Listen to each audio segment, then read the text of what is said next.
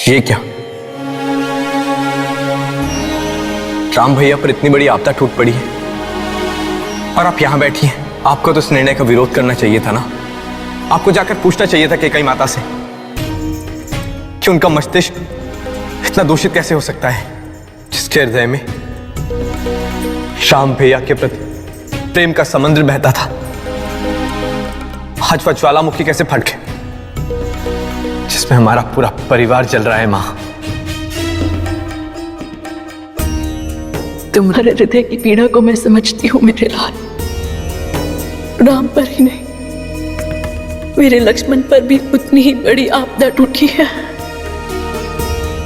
मेरे लक्ष्मण के हृदय को भी उतना ही बड़ा आघात लगा है ना। किंतु पुत्र, बात उससे की जाती है जो बात सुनने को तैयार हो, जो खुले मन से बात को समझ सके।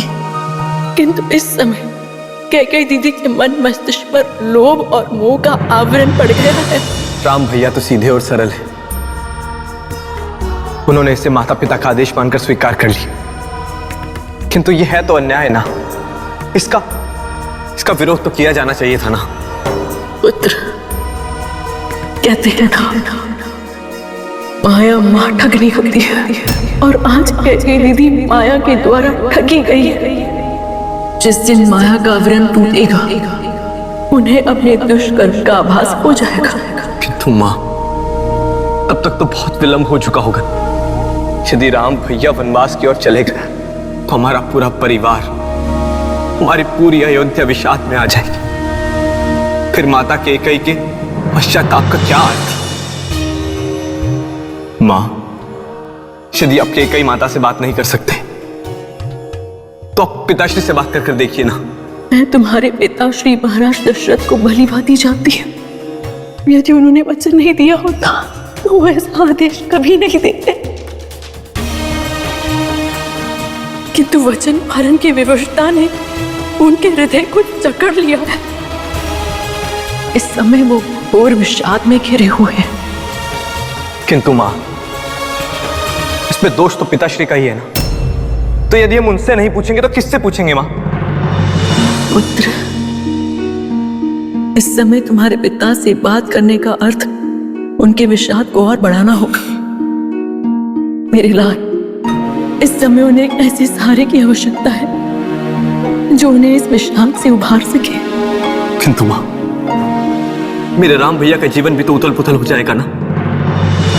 मेरी मां जैसी स्नेहमयी और सरल स्वभाव वाली मेरी सीता भाभी, उनका जीवन भी तो विषाद में आ जाएगा। क्या ये सब कैकेयी मां को दिखाई नहीं दे रहा है? निंद्रा से उठाया उसे जाता है जो सच में सो रहा, जो सोने का ढोंग कर रहा हो, उसे ढोल बजाकर भी जगाया नहीं जा सकता।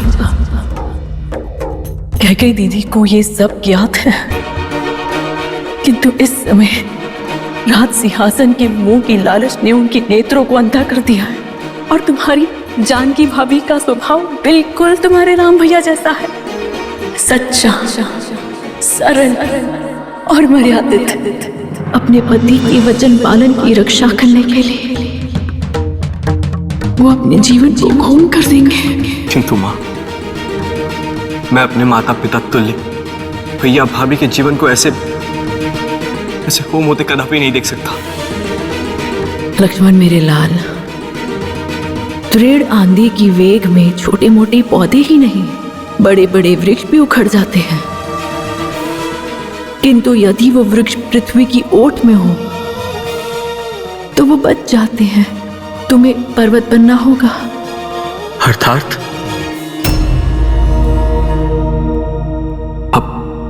आपका क्या आशय है मां? मां हो तुम्हारी, मेरे लाल के मन में क्या चल रहा है क्या मैं नहीं जानती?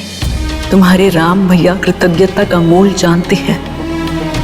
पिता ने उन्हें जन्म दिया है, हम तीनों माओं ने उन्हें भरपूर स्नेह दिया है। उनके प्रति कृतज्ञ नहीं हो सकते हमारे राम। वनवास तो क्या, वो प्राण भी मांगते तो राम सहर्ष अपना शीश अर्पित कर देते हैं। ये अपने माता पिता के प्रति कृतज्ञता ही तो है जो इतने कड़े आदेश पर किंचित मात्र प्रतिकार नहीं किया राम ने। अब राम के जीवन में जो झंझावात आने वाली है उसे तुम रोक नहीं सकते, किंतु उसकी तीव्रता कम करने वाले पर्वत अवश्य बन सकते हो। तो माँ, क्या मैं राम भैया पर आने वाले झंझावात को रोकने के लिए उनके साथ वनवास जा सकता हूं? हाँ पुत्र, यही पूछने आए थे ना तुम, किंतु इसमें मेरी अनुमति नहीं है। किंतु माँ,